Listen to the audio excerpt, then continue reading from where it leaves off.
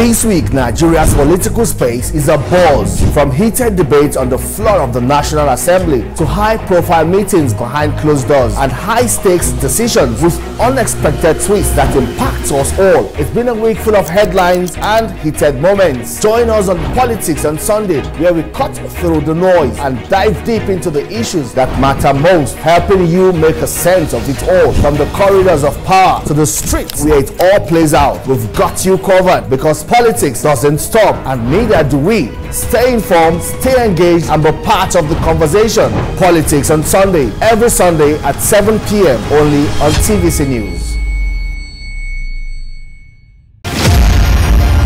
Martin Luther King Jr. was born in Atlanta, Georgia, January 15, 1929. The son of a Baptist minister, King received a doctorate degree in theology and in 1955 helped organize the first major protest of the African-American civil rights movement, the successful Montgomery bus boycott. King participated in and led marches for the right to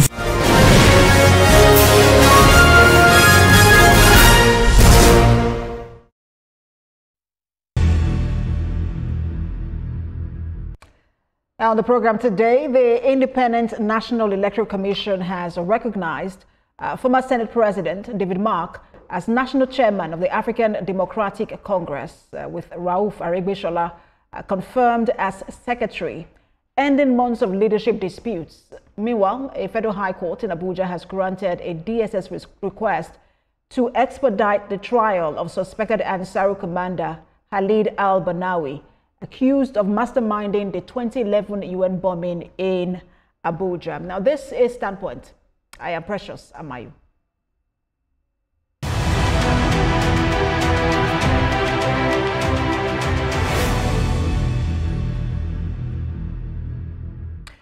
Now, the Independent National Electoral Commission has officially recognized former Senate President David Mark as the new national chairman of the African Democratic Congress. Former Osun State Governor Rauf Aregbesola was also confirmed as the party's national secretary, ending months of internal wrangling over the ADC's leadership. The update, published on INEC's official portal, follows the self-dissolution of the party's old leadership at its 99th National Executive Committee meeting in July, monitored by INEC officials. But former Deputy National Chairman Nafiu Bala insists he remains the authentic leader, and he has vowed to challenge Mark's position in court. INEC also listed other key members of the new National Working Committee, including Bolaji Abdullahi and Professor Osareme Osubo.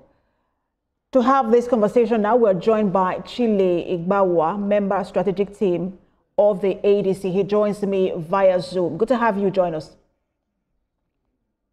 Thank you very much. Welcome, viewers. So we see that it's been some sort of good news for the David Mark-led ADC. First of all, INEC has listed the leadership, his leadership under him, on his portal.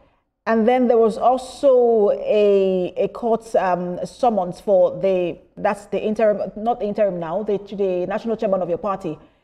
The person who filed that judgment was looking, or filed that petition, was looking for a dissolution of the National Working Committee, but that did not happen. It seems like good news for your party, isn't it? Yeah, thank you very much once again. I think the facts are very clear that the party held its 99th, National Working Committee and NEC meeting in July, at which decisions were made. One of the resolutions was to dissolve the remaining portion of the National Working Committee and reconstitute same. And this was a result of, the mass resignation of the officers that occupied those positions before. So I think that to make a request to the court to dissolve a working committee that was duly constituted at its NEC meeting under the supervision of INEC, I think is very unreasonable. We will get back to the idea of it being duly constituted, because that's one of the things they are challenging. But I also wanted to ask what this means for your party going forward in terms of how you now function and prepare for the 2027 election. Yeah, it's a very good moment for us because there have been delays in some of the programs that were set forth. because until the recognition by INEC, it was inappropriate for the working committee to begin to act, by way of signing documents and issuing governance guidelines. But with this recognition now, the National Working Committee can go ahead, issue all the guidelines that wanted to issue, proceed more comfortably with the membership registration and revalidation, which is already on, without any fear of being accused of acting ultra-virus. And all of this, it looks like, I know you think that it is Uhuru for your party now. Some say it is not. But let's even look at the beginning. It all started with you trying to, you had chosen the platform of the SDP, which did not work.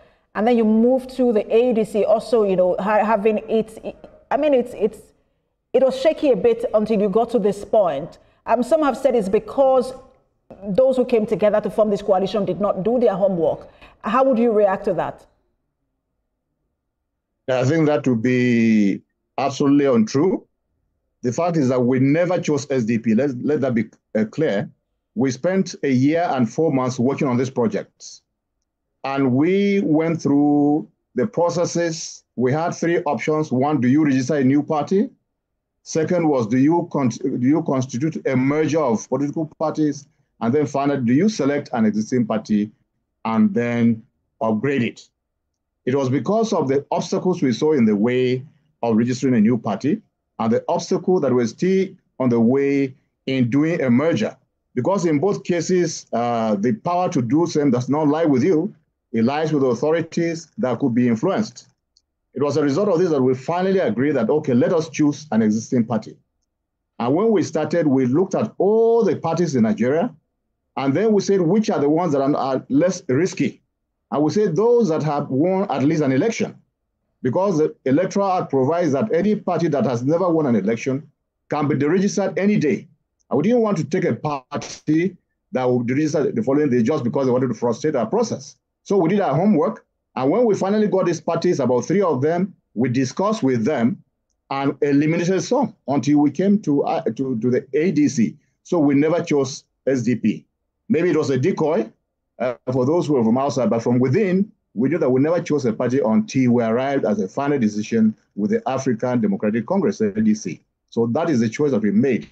So there was nothing shaky about it. We were very steady and, we were very deliberate in the actions that we're taking. So when we arrived at ADC and we were satisfied that all the conditions that we wanted were in place and that the party members and leadership was willing to work with us, because maybe I should also say that several of the former, officials of ADC are still in the present reconstituted working committee of the party. So we never chose any other party, and we went steadily until we reached ADC.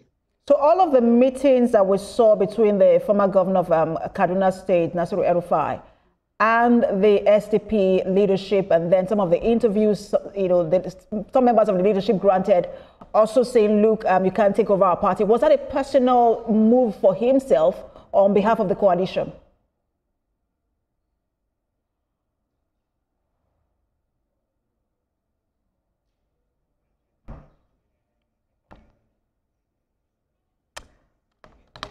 I just want to be sure that you can hear me. It looks like we're having a network challenge. Just to be sure that you can hear me.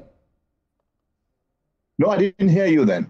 All right, Mr. Igbawua, all right, we do have you. I was asking you that if, some of the move that we saw the former governor of Kaduna State make with the leadership of the SDP and then also the controversy that came up from that, if that is a personal move for himself on behalf of the coalition, was he trying to shop or he was moving for himself?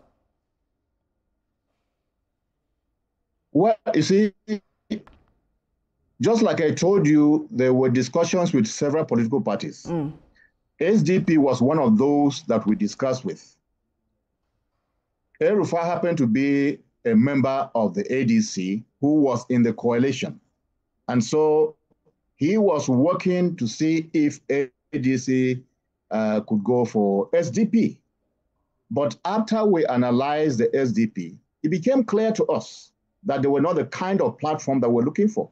And we told them so after meeting with our officials. So officials of the SDP are very much aware that there were discussions between the leadership of the SDP.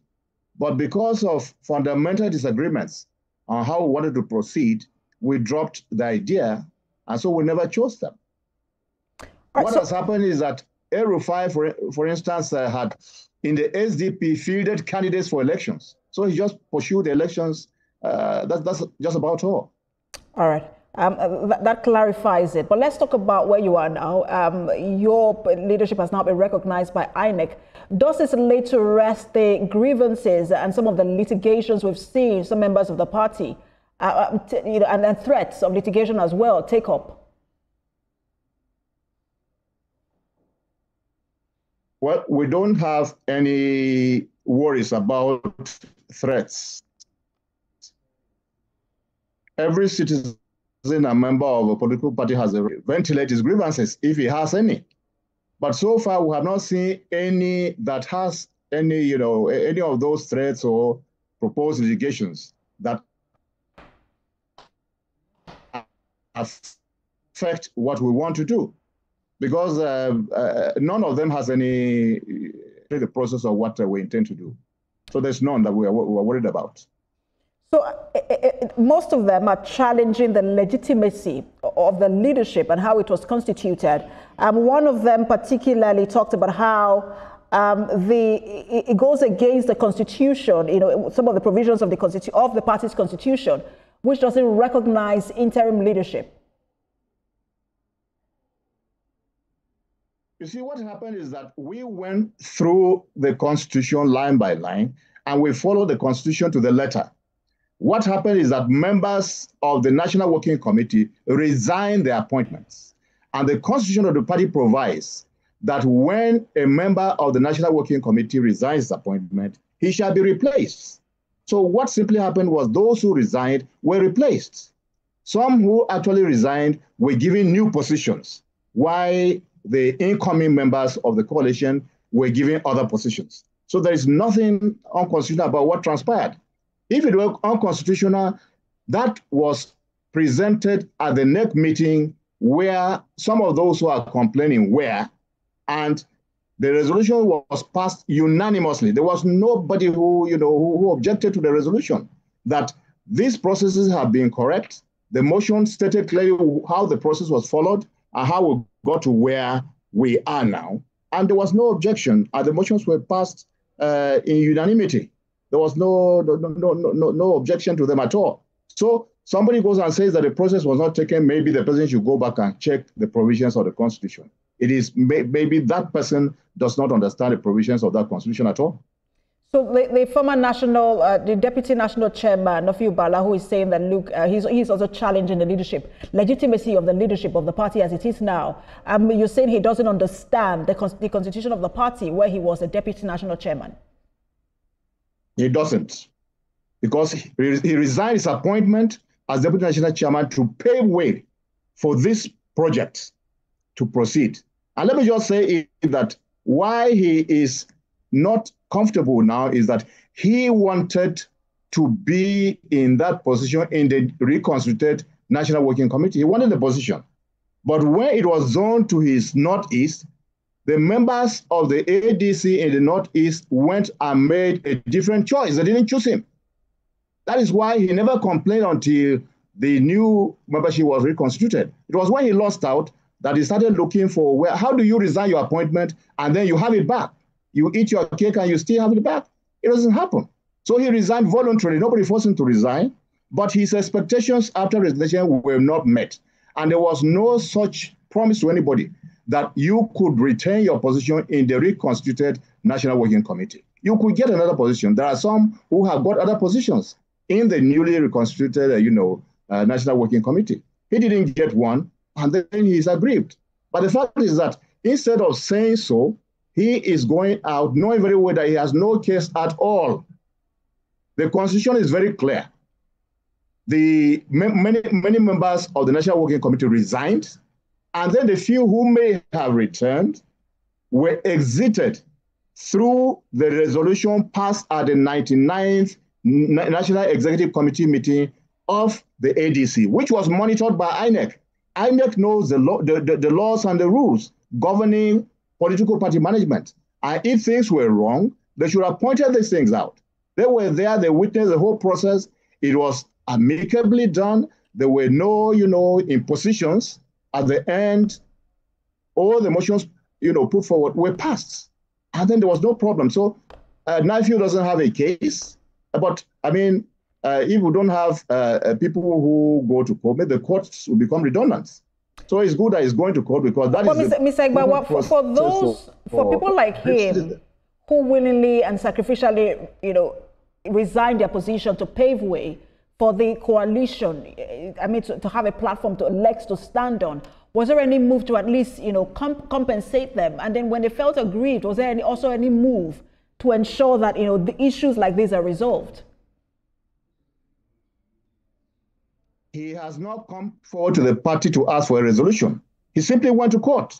So the party cannot be pursuing people who are not willing for dialogue. That is also against the provision of the constitution of the party. You have a problem within the party, go to the party and exhaust the internal dispute resolution measures that are provided for. He never came, but I'm saying that up till now, he is free to come forward and tender his case before the National Working Committee and he'll be treated. Nobody is pushing him out of the party. He's a member of the party so long as he has not resigned membership. He only resigned his position as deputy national chairman of the party, but he's still a member of the party. So he's bound by the constitution of the party to exhaust internal dispute resolution measures that are provided for. When that does not satisfy him, he can then proceed to court.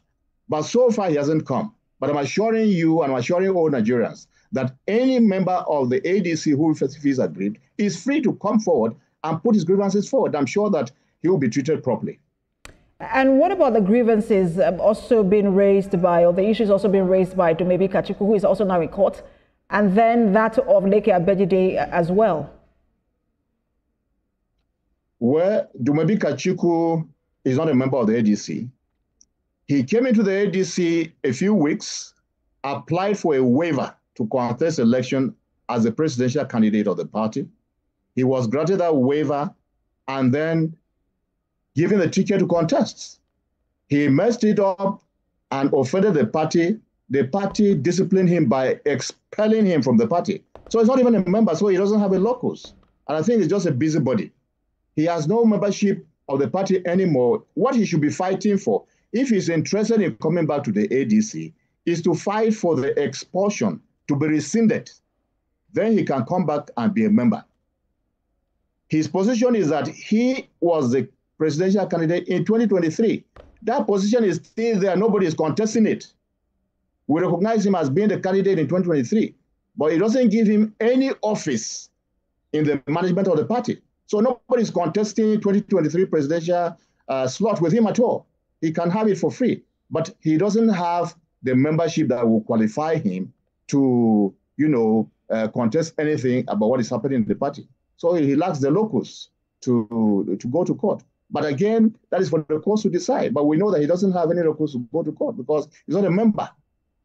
You don't see any of this, whether it's a one, but I mean, there are another trio who are also in court challenging the leadership as well of the party. You don't think that this perhaps is a stumbling block on the path of the party ahead of the 2027 election? It is not a stumbling block in the sense that the party understands, the shenanigans that are leading to this. We expected all of this, that just like the other opposition political parties are being hounded, so that there'll be confusion in them, so with the ADC also be hounded by those who don't want other parties to exist. So we expected it. So there's nothing that is unusual about what we're seeing, and we're well prepared to deal with the situations. So it doesn't constitute any hindrance to the process that the ADC is pursuing. So I can assure you that, yes, they will go to court. Like in the case of NIFU, he went to court and then, sought for an ex parte injunction. The court refused the ex parte injunction, but he surreptitiously put out his prayers in the media to suggest that he had got an injunction against the party. And this was in the media, including your own television station, that there was an injunction against the newly constituted, National Working Committee. I would expect that the media houses that publish that should be coming out now to say, we're sorry for, spreading fake news, because no injunction was given. The court ruled that the party must be put on notice. Now, what he was asking for has even expired. He is asking for the INEC not to recognize the new EXCO. Now, that has already been done. So it's a concluded act. Under the law, you cannot have an injunction to stop an action which has already been completed.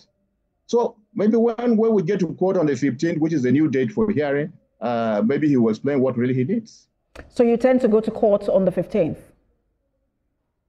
We have been given notice on that nephew case. The court said, we will not grant you an ex parte motion, come back, put ADC on this, and come back on the 15th for the case to be heard, so that there will be fair hearing on the part of the political party. And as a law-abiding political party, ADC will be in court on that day to show cause why that, application should be thrown out. Let's talk about, the party as a whole in terms of how it is preparing for the 2027 election. Even the PDP says that you are not even a challenge for it, that it still remains the only viable opposition in the country, and that the ADC is not going to stand the test of time. They think that the politicians that came together to form the party are just those who are aggrieved and are looking to wrest power from this current APC. How do you react to that comment coming from the PDP? Well, incidentally, I came from the PDP, and until I left the PDP, I was a member of the National Disciplinary Committee of the PDP, and I knew that we had already lost it. We were supposed to discipline members who were, exercising gross acts of indiscipline, and then there was a scheme within the party to ensure that no discipline was meted out to anybody. So I knew at that point that the party had lost it. So yes, the PDP is there, it's one of the opposition political parties, but let's wait and see what happens. I know that they have their own problems. They are now struggling to hold, a convention. Let's see them hold the convention, and then let's see those who are giving conditionalities to them. They should be concerned with those issues that are their internal problems. I think some of them, what people are thinking, of course, is that maybe this is a party that has got elected officials. I think that's not an issue. The fact is that the issues that are facing Nigerians now include even in states where the PDP is governing. So it is how well you have governed that you can say we stand a better chance. As far as ADC is concerned, we know that we stand a better chance than those who are in government at present, both at the national and the subnational levels. And I'm assuring you that ADC is in a stronger position to contend for 2027 than the PDP. When you say that people say, look, this is a party without elected officials, and you say that doesn't matter. You're a very seasoned politician and a very astute one at that, and you know that politics is local. You have no governor, you have no members of the state houses of assembly, you have no local government chairman. So what sort of structure do you have at every level to be able to contest this election and present yourself as a viable opposition? Well, first and foremost, let me say that we have a structure. The National Working Committee and NEC have been acknowledged by INEC, so there's a national structure. All our state structures, that is the state working committees, are intact. The local government working committees are also intact. The ward ESCO are intact. And for your information, the polling unit ESCOs of ADC, of course, it's only ADC as a party that has an executive at the polling unit. And I'm telling you that those that are at that level are still there. So we're not necessarily looking for those who are elected. But let me also bring it forth that some of the people who are elected, who wanted to join, were waiting for things to calm down. Now we have stabilized, and I assure you that very soon you will see many people beginning to come in. But beyond that, we're not just sitting down waiting for that. We are conducting very massive membership registration right from the polling units. So we are mobilizing Nigerians. it is Nigerians who are going to vote. Every elected person has only one vote. And I can assure you that an elected person who has not performed well is a minus to the party. It is only when he performs well that he can go back and tell the electorate that elect me again. So many of them, I can assure you, cannot even go and face the electorate. And then we'll be the ones with the electors there. So we are working with the rural Nigerians who are agreeing with us. The issues we are raising are issues that resonate with them. If we say the hunger is a problem, they say yes. Daily killings is the problem, they say yes. Bloodshed is there, they say yes. Facilities are not there, high prices, inflation is there, they say yes. These are the issues. It's not the issue of people who have been elected. People who have been elected have lost. Jonathan was a sitting president. He lost the presidency to a new party and a newcomer. So it is not a strange thing in Nigeria. It has happened before, and I can assure you that it's going to happen in 2027. But we've heard some members of your party brag about how some governors who are perhaps sitting on the fence right now wanting to change their parties and may likely come to the ADC. Is that something you're still optimistic about? Is that still in the works? Very much so. Very much so. Is this something you want to share? Who some of these governors might be? We know some governors who are in the PDP probably might move. Are they looking at your party as well? It is both APC and PDP. It's not just one political party.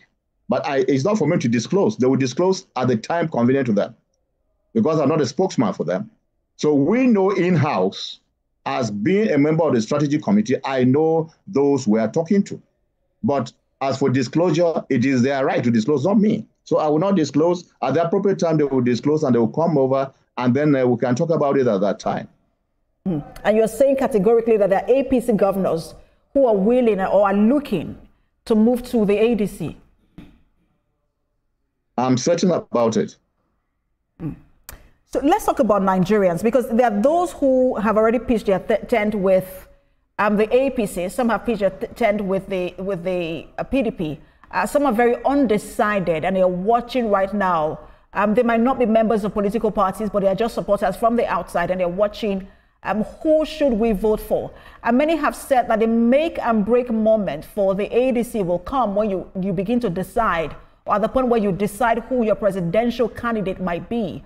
And some people have their eyes on who they think it should be. Is that something that is very, very, that you're also taking into consideration? So the zoning, are you looking to zone the presidential ticket of your party?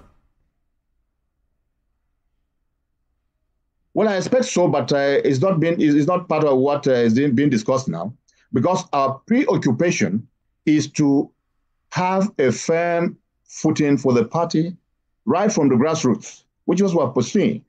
When we have a solid party on ground, then we can discuss the issues of zoning. But we're also, conscious of the provisions of the Constitution regarding the federal character principle. So certainly we'll make a decision on that at the appropriate time.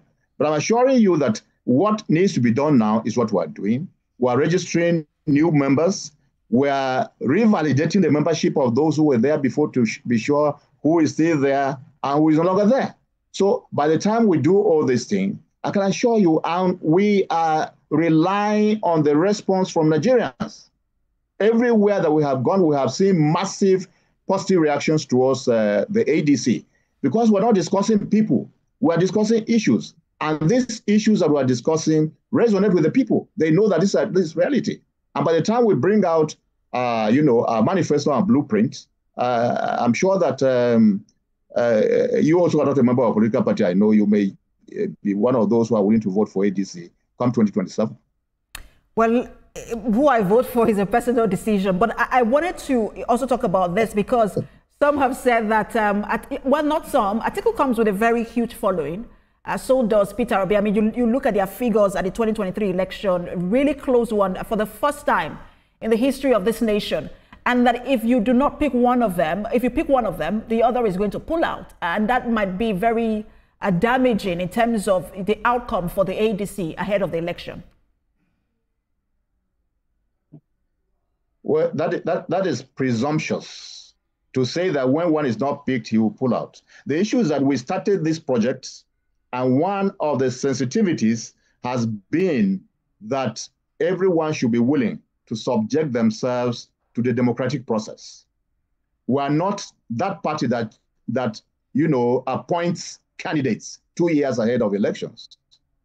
We will nominate our candidate through the democratic process at the appropriate time. And all these persons are part of this project from the onset. And they know that there's only one ticket for the presidency. So they wouldn't be there, if they didn't know that there's only one ticket. So discussions are going on. Yes, we have heavyweights, we know that, and it's good for us when we count the votes that each of them can bring. And, when the time comes, discussions will be held, and I'm sure that you'll be surprised that we will have a successful convention, we nominate a candidate, and no serious contender will leave the party because they are not there for personal interest. And I think all of them, luckily, all of them have said so, that I'm not here for my personal interest. Breaking news isn't just about speed, but more importantly, about fact and accuracy. It is responsible journalism, being ahead, unbiased, sensitive. Potent ambition, they've been pursuing this ambition for years, and they know that the time is ticking. And so we'll see how they respond to whether they are picked or not. A member, strategic team of the African Democratic Congress, Chille Igbawua, thank you so much for your time and your contribution to the program. Thank you very much. I appreciate it. All right. The DSS has been making a lot of arrests and then prosecution as well. We've seen in court. We're going to look at that, what it means for the fight against insurgency and insecurity in the country. We'll have that conversation in just a moment. Our guest is waiting in our Abuja studio to have that conversation. Stay with us, everyone.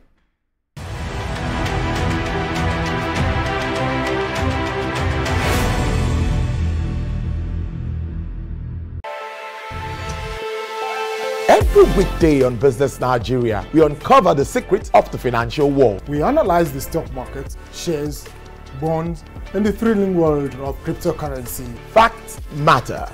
Our team dives deep to separate fact from popular opinion. We simplify complex government policies as it impacts your everyday life, helping you navigate the ever-changing financial landscape. Watch Business Nigeria every weekday at 2 p.m. only on TVC News. First with breaking news. In a world where news never sleeps, we're taking a giant leap into the future. We at TVC Communications are proud to introduce a new era in news broadcasting. But first, let me introduce my special friend, Olamide AI. Hi, Olamide Human. Is it time to come out yet? Yes, indeed it is. And you can bring your friends along. Meet our new AI anchors, speaking your language and sharing your stories. From English, good day. These are the news headlines to Pidgin. Better country people, on a good evening. Yoruba, Ekaro, Ekodede Asikoyi, Shedadalabayi, Igbo, Ndewo, Auto Innovation, Ahambu Obada Samson Ejiro, and Hausa. Mutane na sanar da zuwa, sunana Raki Abdulkarim kuma kana kallon TVC News. We are bringing the news closer to you, faster, smarter, and always reliable. And together, we are